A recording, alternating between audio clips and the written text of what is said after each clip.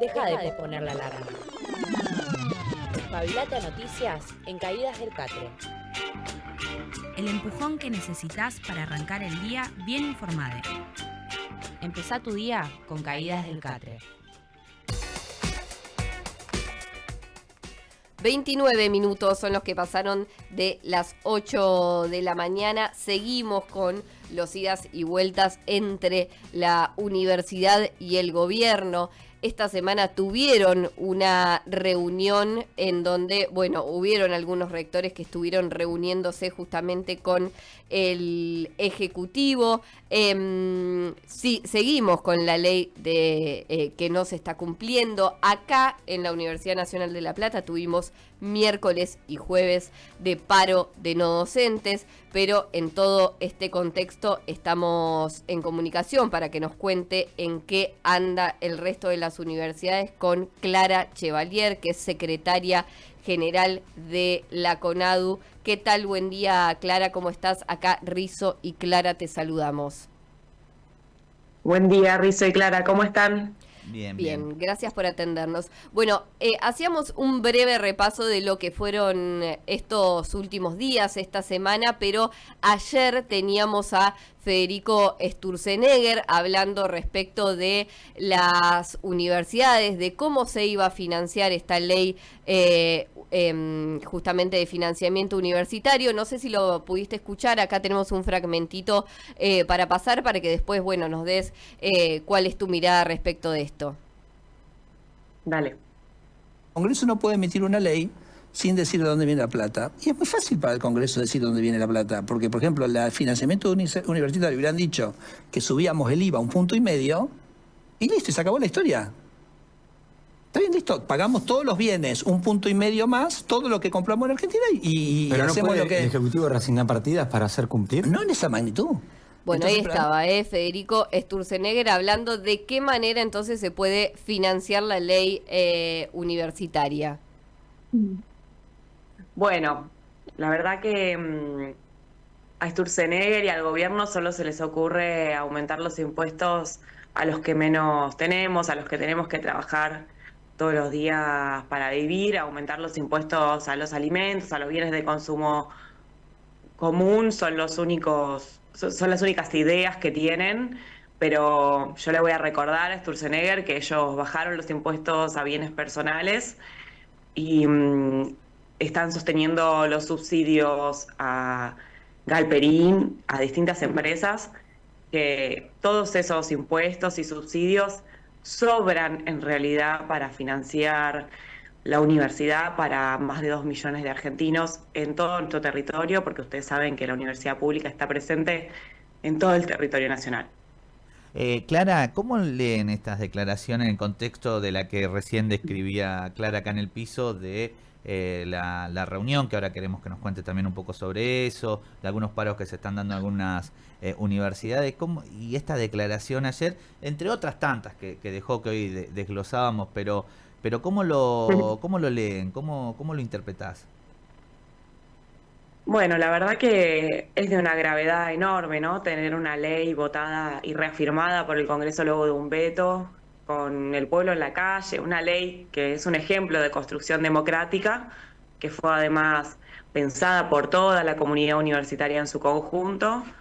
Esa ley ya vigente hace más de 220 días y el Ejecutivo en un incumplimiento que está desoyendo al Poder Legislativo y al Poder Judicial, que ha señalado en repetidas ocasiones que esa ley está vigente, ¿no? Anoche, sin ir más lejos, ayer por la tarde, tuvimos novedades del movimiento de la acción judicial promovida por el SIN, porque la Corte negó una apelación que había hecho el Estado Nacional, el Ejecutivo, respecto de que los jueces de la Corte no podían resolver sobre la cuestión de presupuesto universitario, de financiamiento universitario, por ser docentes de la universidad pública, ¿no?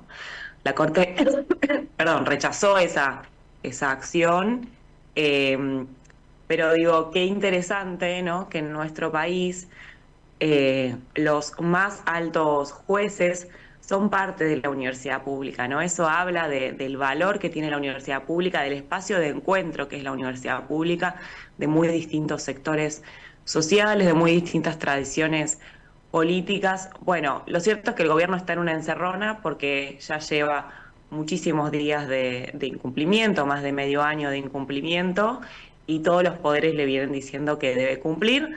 Bueno, la verdad que la universidad pública no va a permitir que este gobierno la dé por muerta, así que vamos a dar la pelea hasta el final. Ujú. Clara, tuvieron una reunión con el Ejecutivo y las universidades. ¿Qué se estuvo charlando en esa reunión? ¿Cuáles fueron los planteos del Ejecutivo que tengo entendido que fueron rechazados por No las prosperó. universidades? Claro. Mira, la verdad que hubo conversaciones de tanteo en relación a la implementación de la ley. El Ejecutivo efectivamente está en una encerrona, tiene que ver cómo resuelve esto. Entonces hubo reuniones, hubo conversaciones informales de tanteo respecto de cómo serían escenarios posibles para destrabar esta encerrona por parte del Gobierno Nacional, que está preocupado, ¿no?, por esta situación. Y entonces, bueno, ahí se armó una escena un tanto extorsiva en la que el gobierno exige a las universidades que cesemos en nuestras acciones judiciales respecto del cumplimiento de la ley, ¿no? Y bueno, frente a esa extorsión, como condición previa para hacer efectivamente lo que tiene que hacer, que es convocar formalmente una paritaria para empezar la implementación de la ley, bueno, frente a esa extorsión, el sistema universitario en su conjunto ha dicho que no, ¿no? Las acciones se mantienen porque hay una ley vigente, porque es importante mantener nuestro reclamo por el cumplimiento de la ley. Y el primer camino, el primer paso en el camino de la implementación de la ley es la convocatoria formal a la paritaria. También estamos muy acostumbrados a este tipo de filtraciones. La verdad que esos tanteos informales, digamos, no son nada en concreto, ¿no? No son nada en concreto, y los filtra el gobierno con el sentido que tiene el gobierno siempre de, bueno, por un lado, una falta de responsabilidad total, porque concretamente el gobierno no ha dado ninguna respuesta, no ha tenido ninguna acción que dé respuesta al problema universitario. ¿Qué hace el gobierno entonces? Filtra noticias ¿no? Esas filtraciones, ¿para qué sirven? Bueno, para tratar de generar una impresión de que están haciendo algo. ¿Han hecho algo respecto de la universidad? Ni una sola cosa. Desde que asumieron no han tenido una sola política para la universidad pública, ¿no? Esto es realmente una falta de gestión inédita. ¿Ha habido otras épocas no tan buenas para las universidades? Sí, claro. Hemos tenido que discutir los sentidos de las políticas que implementó el menemismo, que implementó el macrismo, pero la verdad es que ahora no tenemos políticas que discutir porque no hay políticas. Lo único que hay es un desmantelamiento absoluto de la universidad pública. Pienso en casi una invitación a una reflexión. Obviamente entiendo de que tenés una lectura propia o con tus compañeros de por qué esto, ¿no? Que uno empieza, cuando ve, cuando conoce, cuando te escuchamos, uno empieza a decir, bueno, en el fondo hay algo un poco más que la cuestión económica. Ayer el Senado aprobó la posibilidad de pagar fondos buitres, y vos decís, bueno, con lo que se pagaría el fondo buitre se resolvería técnicamente las universidades. Digo, ¿cómo...? Y empezás a desglosar esto y decís, bueno, por una parte dan esta suerte, aparece el gallego a las reuniones, dice, bueno, hay una intención del gobierno de acercarse con las universidades, aparece Sturzenegger, sale y da estas declaraciones. Entonces cuando ves todo el trasfondo, esto que contabas, que me parece un dato sumamente interesante, de decir, che, mirá, los jueces no pueden fallar porque son de la universidad pública. ¿Qué es lo que pretende? Que el fallo sea del sector privado, digo, y en el trasfondo de eso, ¿qué es? ¿Es un pueblo ignorante? ¿Hay una cuestión de realmente desarticular el conocimiento? ¿Qué es lo que interpreta? Porque ya hay al menos la sensación de que no es, y por eso quiero preguntarte, que no es ingenuo, que hay mínimamente es hasta perversos, me atrevo a decir la palabra. Digo, ¿qué es lo que ven ustedes ahí atrás de todo eso? Sí, efectivamente, a nivel fiscal o en términos de financiamiento, la Universidad Argentina es muy barata, ¿no? En parte porque se sostiene en buena medida sobre dedicaciones simples, que son las que sostienen su funcionamiento a nivel masa salarial, y además porque destina la mayoría de sus recursos a salarios, ¿no? Y entonces, verdaderamente la Universidad Argentina no es costosa en términos relativos al presupuesto nacional Claro. y en términos comparados a otros sistemas universitarios, ¿no? Entonces, como vos bien decís, acá no hay un argumento del tipo fiscal, del tipo técnico, ¿no? Ellos como que hacen ver a la cuestión económica como una cuestión técnica, como si estuviera despojada de definiciones, de posicionamientos, ¿no?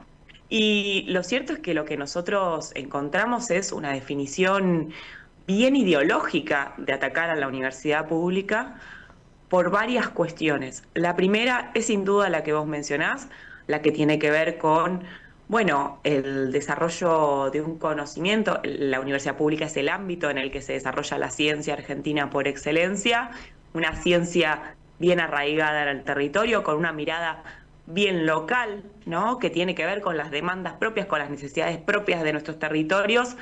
Bueno, esa ciencia al gobierno de Javier Milei no solo no le interesa, sino que le interesa destruirla, ¿no? Porque es una ciencia soberana, es una ciencia que tiene que ver con un proyecto de país que piensa en su propio desarrollo, en su propio devenir, sin pensarse como colonia, ¿no? Que es lo que Javier Milei está haciendo.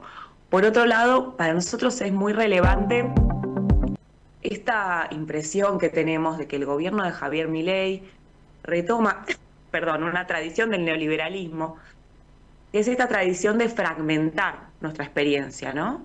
E incluso de hacer que casi no transitemos por los mismos lugares como sociedad, ¿no? Las distintas clases sociales, las distintas tradiciones de pensamiento, entre, entre las redes, entre esto de que a veces el ascenso social se vuelve una privatización de la propia experiencia, ¿no? Y entonces ya no vas al hospital público, entonces no compartís espacios en común. La universidad pública persiste, pese a estos embates neoliberales, como uno de los pocos espacios comunes que todavía nos quedan. Justamente, ¿no? Desde el juez de la corte hasta hasta un hijo de una trabajadora de casas particulares van a la misma institución. Una institución en la que además conviven tradiciones políticas distintas y que además en esa diversidad justamente es que se arma la discusión. Una discusión que no es en términos de troleo, digamos, que es una discusión democrática, ¿no? Y que es una discusión que justamente va en contra de este imaginario que a veces el gobierno construye de adoctrinamiento, ¿no? Claro, un aula de una universidad pública no puede adoctrinar porque no hay homogeneidad. Claro. Justamente lo que hay es heterogeneidad, es diversidad, es trayectorias, pensamientos distintos, personas todas cortadas con distinta tijera, como no se encuentra en muchas otras instituciones y mucho menos en la universidad privada, que en Argentina además no tiene desarrollo científico, no tiene tareas de extensión, no tiene otras funciones, ¿no? Y un elemento más que es relevante es el verdadero federalismo que anida en la universidad pública. Nosotros tenemos un sistema universitario de alrededor de 65 universidades desplegadas en todo el territorio, además con sedes ellas. Entonces, no sé, ahora estuve en Aymogasta, un pueblo de La Rioja, en el que, bueno, la sede de la UNLAR tiene 600 estudiantes provenientes de todo el norte grande, que encuentran allí un pueblo amigable para mudarse, si se tienen que mudar y no pueden estudiar en su propio pueblo, en su propia ciudad. Bueno, Aymogasta es un lugar que los recibe con amabilidad, con alquileres no tan caros, ¿no? Bueno, un contexto cuidado. Bien. Entonces, claro, uno encuentra en todos los rincones de la patria la presencia de la universidad pública, una presencia que es una realidad efectiva que transforma nuestras vidas, ¿no? Bueno, yo creo que eso también está en el foco del ataque de Javier Milei, que quiere desmembrar nuestro territorio, que viene tratando de vender la tierra, que viene tratando de entregar los recursos, que viene atacando aquellas capacidades del Estado que tienen presencia en todo el territorio nacional, como el Ministerio de Trabajo como el INTA, ¿no? Así que bueno, creo que esas dimensiones están en juego y que son dimensiones bien ideológicas, la verdad, motivos económicos para No, ahorrar claro. en la universidad pública, una parte ínfima del presupuesto Claro. nacional, no hay. No, claro, claro. Clara, te queremos agradecer muchísimo por tu tiempo. Muchas gracias, Clara. ¿Eh? No, gracias a ustedes por el espacio, por las preguntas, por la escucha, la verdad que interesante conversar con ustedes, así que bueno, a disposición y estamos en contacto. Muchas gracias. Un saludo grande. Pasaba Clara Chevalier, secretaria general de CONADU, contándonos un poco qué es lo que estuvo pasando en esta Clarísimo. semana, sí, entre las universidades y el gobierno.